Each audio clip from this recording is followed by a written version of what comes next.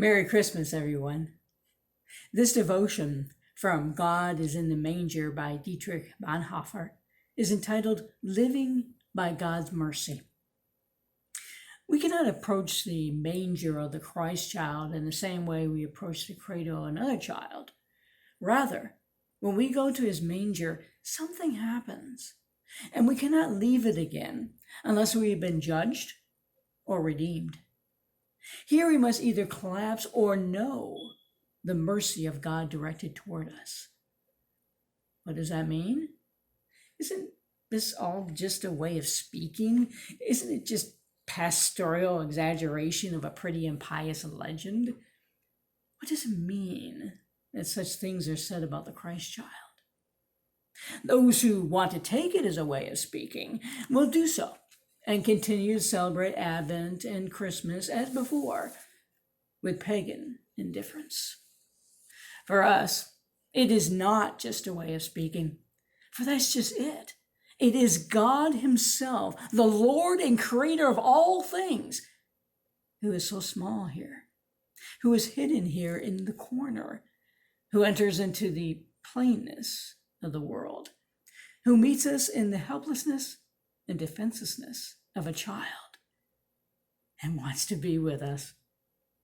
And he does this not out of playfulness or sport because we find that so touching, but in order to show us where he is and who he is, and in order from this place to judge and devalue and dethrone all human ambition.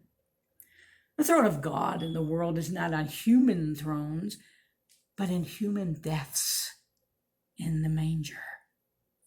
Standing around his throne, there are no flattering vassals, but there are dark, unknown, questionable figures who cannot get their fill of this miracle and want to live entirely by the mercy of God. In another one of his works, Dietrich Bonhoeffer wrote, "Joy to the world." Anyone for whom this sound is foreign or hears in it nothing but weak enthusiasm has not yet really heard the gospel. For the sake of humankind, Jesus Christ became a human being in a stable in Bethlehem. Rejoice, O Christendom!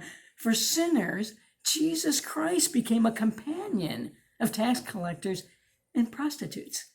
Rejoice, O Christendom! For the condemned, Jesus Christ was condemned to the cross on Golgotha.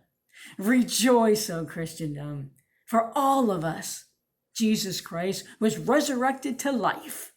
Rejoice, O Christendom! All over the world today, people are asking, where is the path to joy? And in 1 Peter chapter 1, the Church of Christ answers loudly, Jesus is our joy, joy to the world. And now, a reading from the first chapter of 1 Peter. In this you rejoice, even if now for a little while you've had to suffer various trials, so that the genuineness of your faith, being more precious than gold that, though perishable, is tested by fire, may be found to result in praise and glory and honor when Jesus Christ is revealed. Although you have not seen him, you love him. And even though you do not see him now, you believe in him and rejoice with an indescribable and glorious joy, for you are receiving the outcome of your faith, the salvation of your souls. Word of God, word of life. Thanks be to God.